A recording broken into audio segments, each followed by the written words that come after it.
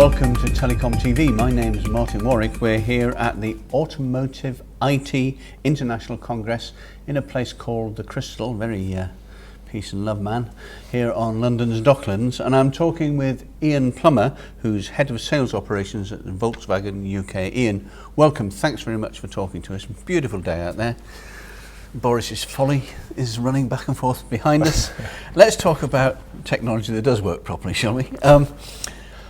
What are the big trends that you're seeing in the automotive industry at the moment from your point of view as head of a sales operation? I think the key trend we're seeing in terms of retailing is how the customer is behaving very differently to how they would have done a few years ago. It's not a complete revolution from one day to the next, but over the last few years we've seen a huge shift in customer behaviour from physical dealership visits to touch and see a car and drive a car and so on, to doing virtually all the research on the car prior to visiting, but using social media, internet websites obviously of manufacturers, of dealers and so on, and visiting the actual physical sites much less often. Generally we talk about 1.1 visits to actually buy a car now, but our web traffic has doubled while our showroom visits have halved, but we sell more cars. So that's telling you something, I think, about a very changing customer approach. Indeed so. Now, there's a lot of changing trends within the automotive industry. Big data, the connected car, the autonomous car, the Internet of Things, machine to machine, etc., etc.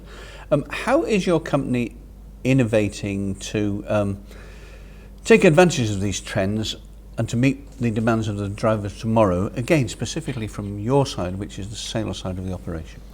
Well, all of those trends in terms of the complexity of the car and all the functionality it offers pose big challenges for the retailing of the cars in terms of getting the message across to users as to actually what the benefits are, how to actually use them. So the first challenge is actually getting tools in place to enable the user online, for example, to continue their journey in a seamless way into the dealership. And we believe we've got a concept, we've coined the term blended retailing. So we believe there's a real need for clicks, the digital start of the journey I described earlier, but equally for bricks and theatre with fantastic premises which we've renovated and so on. We don't believe the dealership is disappearing by any stretch. But the third element that really blends it is people. So our challenge really is to continue a lot of focus on helping our teams to actually get these points across and to create this seamless journey which allows a customer who has, for example, configured a car online to find the same configuration in iPad-friendly devices we have in our showrooms to go all the way through the sales process in a warmer, more human method, bringing digital to life, if you like. And continuing through all the way through to the ownership cycle and the after-sales experience. And presumably this means for your sales staff that they need more training than they've had in the past, or different training to what they've had in the past, because they have to be au fait with all of the communications technology in a vehicle to be able to show the potential customers how to use it. They do indeed. I mean, the iPad technology we've put in place now enables the sales executives to have much more simple access to the data they need to explain things to their customers, who come, as I said, very knowledge rich. So the sales teams need to be equally full of useful knowledge, but equally some rich media, some use of video technology, for example, to show certain things that are easier shown in that way than via just oral means. And some are obviously physically shown on test drives and actually touching and feeling a car, which is still important. But to get those methods across to customers, the teams need to own them. So we found it critically important to engage with our teams, give them the tools, but also show them how to use them. For example, we've done a series of what we call change leader events. We've got digital champions in every site. So the change leaders are the ones that embed the changes throughout the team. They're the leaders, the sales managers or brand managers as we call them. And the digital champions are the ones that can help you do the how do I actually send a link to that how-to video that shows how to use the park assist, for example, on my car to a customer. How do I embed that link into an email? The quirky little things that you need to know. Sure. How important then, obviously this is a silly question in some ways, because obviously IT and comms is playing an increasingly important part in shaping the car of the future and the car sales of the future, the car manufacturers of the future, and so on. How important is it though? I mean, does it impinge on your daily work in every aspect of it?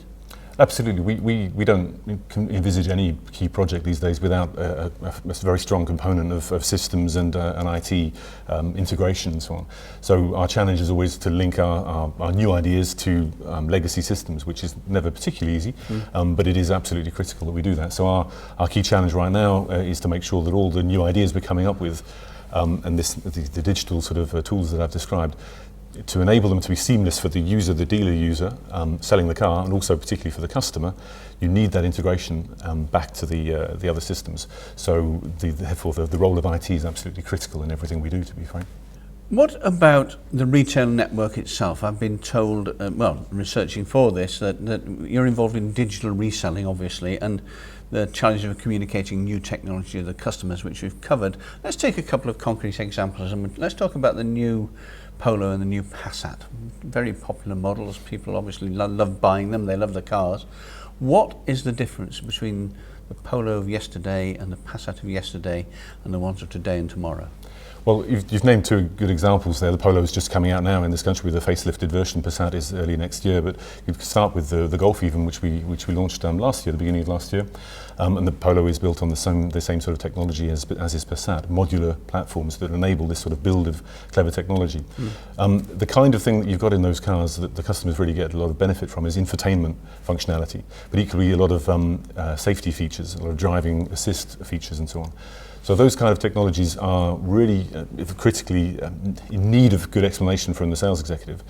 But you can make that easier for them. So we, for example, would suggest that a sales executive pre-populates some data into an SD card that they put into the car with, for example, imagery of some of the routes that they're going to do for a test drive.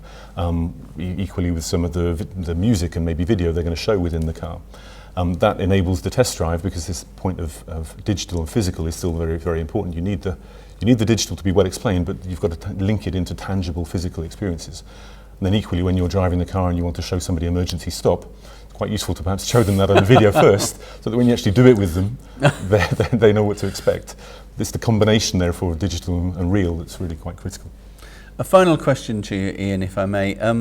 It's a bit of more off the wall, this one. I want you to sort of look into the future, maybe a year or two, maybe 10, maybe 15 years and so on. What sort of a car, how will we buy and how will we sell cars in 10, 15, 20 years? Well, personally, I'd like to think of the car in 10, 20, 30 years that drives itself, but I do a lot of miles, I quite fancy the idea of sitting back and working, reading, sleeping, whatever. And to sell that kind of car, I think we need an awful lot of more of the stuff we're doing right now. I'd quote a gentleman that we interviewed recently ourselves from Google, head of automotive in this country, who said that if we think that the revolution we're seeing right now is not going to affect our industry, then we're frankly somewhat delusional. So I think there's a real need for change, and I think we're going to see an acceleration of the digitalisation of the sales process, and we'll need to see a lot more theatre in the way we actually sell cars with the kind of things you would have seen at Audi City, for example, yesterday. Okay, Ian Plummer, thank you very much indeed. Thank you.